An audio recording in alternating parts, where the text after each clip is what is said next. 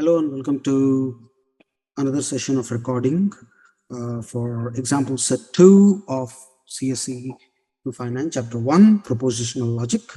In this set we will see parse trees and subformulas. We'll try to understand how to draw parse trees and how to decipher the subformulas of a given tree. The first most important thing as a recollection is we need to remember the operator precedence.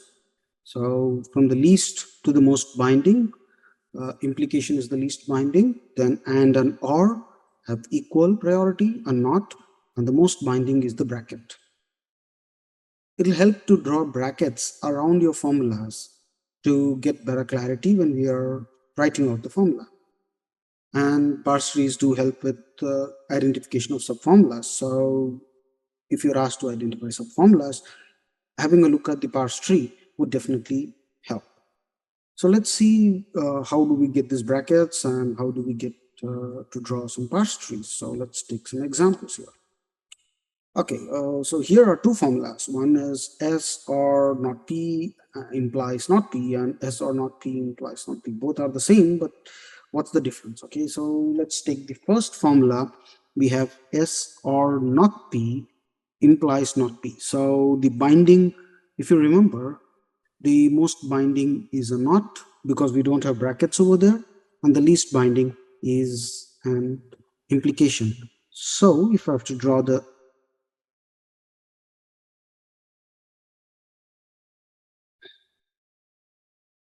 braces to make have better clarity, so this is a not P, then the or has the next level of binding. It binds more tightly, and the implication is the least binding, so that becomes this.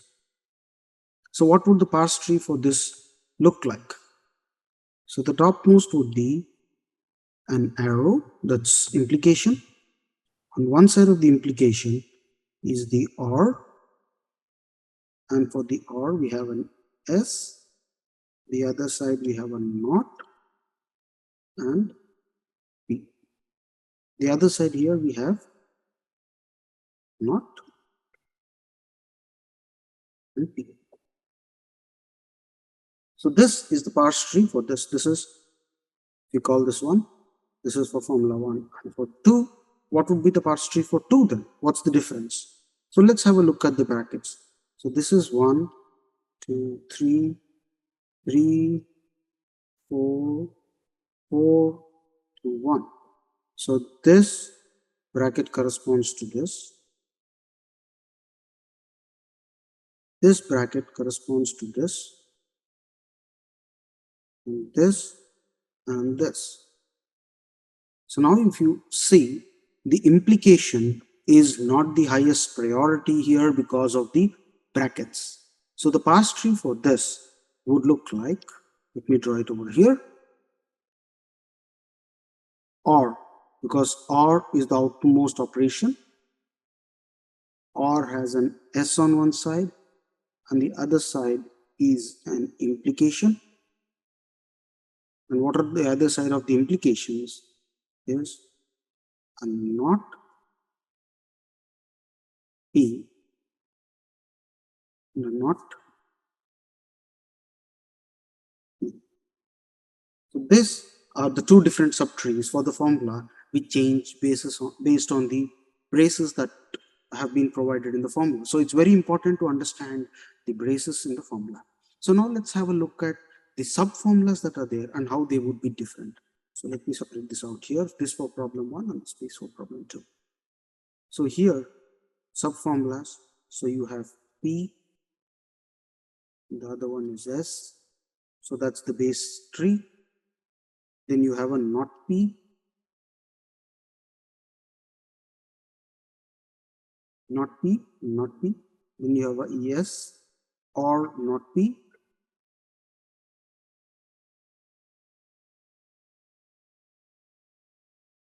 Not P, and then you have the complete formula. So these are the subformulas for equation 1. For equation 2, let's see what are there. Again, you have S and P.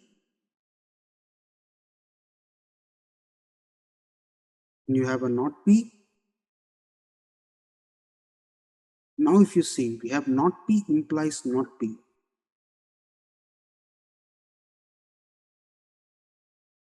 That's another subformula. And S or the rest of it becomes the actual formula. So these are our subformulas. So you see there is a fundamental difference even in the subformulas over here.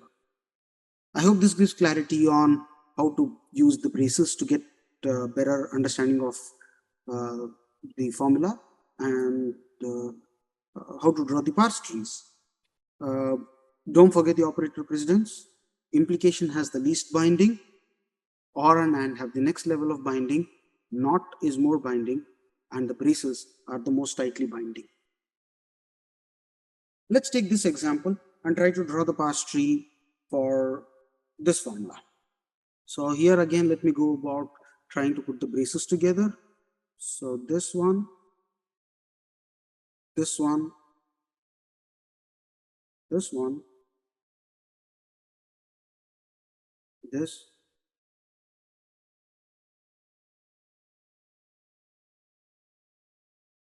this, this, this, this, and this. So if you see, I've now drawn all the brackets. This helped me understand how to draw out the parse tree easily.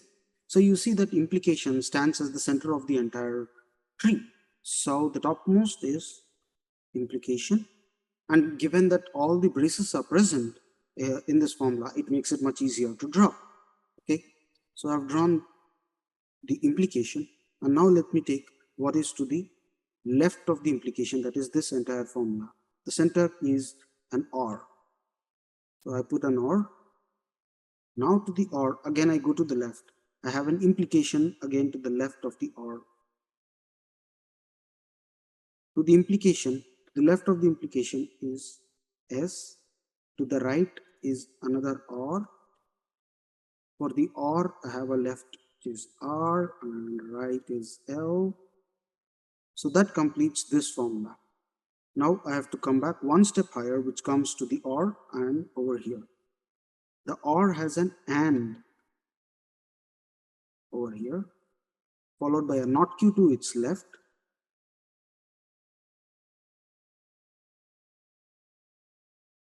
and an R to its right. So this completes this entire part of the formula. Now I have to move to the right side of the implication. The right side of the implication, again if you look at this formula, the implication forms the center of that formula. So I get an implication. And to the left of the implication is this entire formula, and it has a knot on the top. Again, the knot has an implication. Remember, knots are urinary operators while the others are binary operators. So, and the implication has a P to its left and S to its right. And this completes the left of the second implication, and to the right is an R. So this forms the entire parse tree for the above formula. Now what are subformulas? So look at what all are there in the leaf nodes. So these are the leaf nodes. So I'm going to write the subformulas here. So I have P, Q, R, S, and so I have taken S, I've taken R, L, L is remaining. So that makes an L. So that completes my leaf node subformulas. The next level, is there any negations, is what I will look at. So there is a not Q in this. So I also have a not Q. Then the next level. The next level would be this subtree, this subtree. So taking these two, I would get R or L. The other one will be P implies S, right? Now again you see a not above P implies S, so there is a not of P implies S, which is another subformula. Now this completes this level. Now to the next level would be this formula,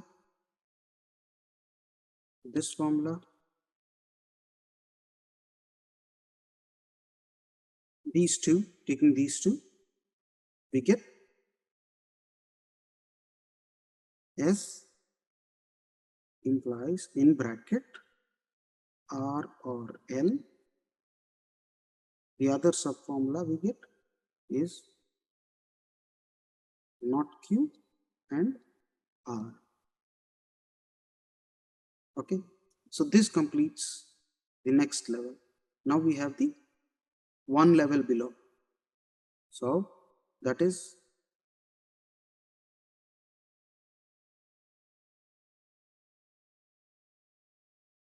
this and this.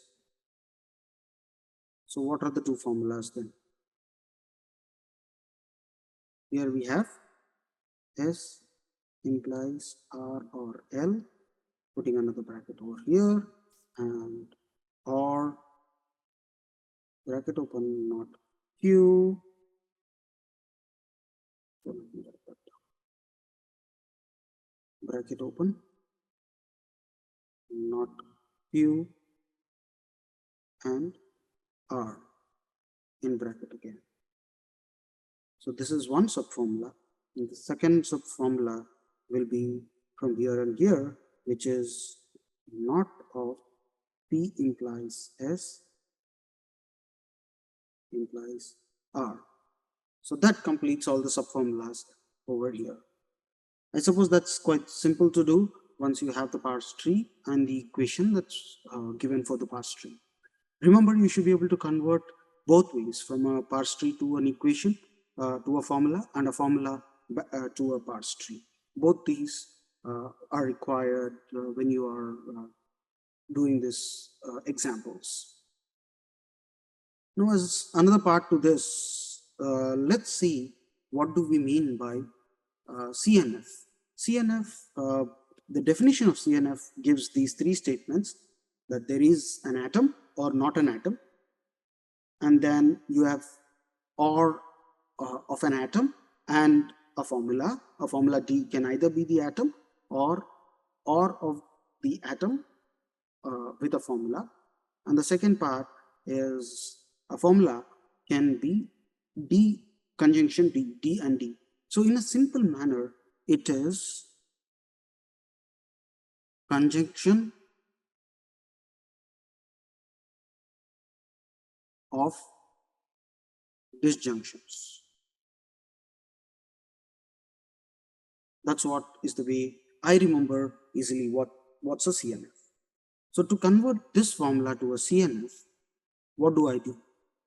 The first thing is I have to replace things like implications with their appropriate or and formula. Okay, so how can we write not P implies not R in terms of or in terms of and? The simplest way to write it in terms of or is not P implies not R is equivalent to not of not P or not R. Now this would become not of not would become P, so that is P or not R. So this is the formula, right? So this will give, replacing this in the above formula, we get S or P or not R. Now, is this in CNF form? Yes, because the final conclusion is disjunctions over here, okay, and there are no conjunctions, so the distribution is correct. Let's look at another formula for converting into CNF. So let me take this formula of not P and Q, or R, and S. So remember, I'll have to distribute the disjunctions to get conjunction of disjunctions. That's the way um, CNF is. So spreading using the distributive law, I get this is equivalent to not P or R and S and Q or R and S. Again, applying the distributive law once more, this would give rise to not P or R and not P or S and Q or R and Q or S. Now if you see all these are disjunctions and these are conjunctions. So the disjunction, it's conjunction of disjunctions, and so in that manner this is in CNF. Hopefully this will help you understand CNF better and write formulas in CNF form. To know more, to understand more, check out the exercises available in your book and also go through sections in the chapter. Thank you.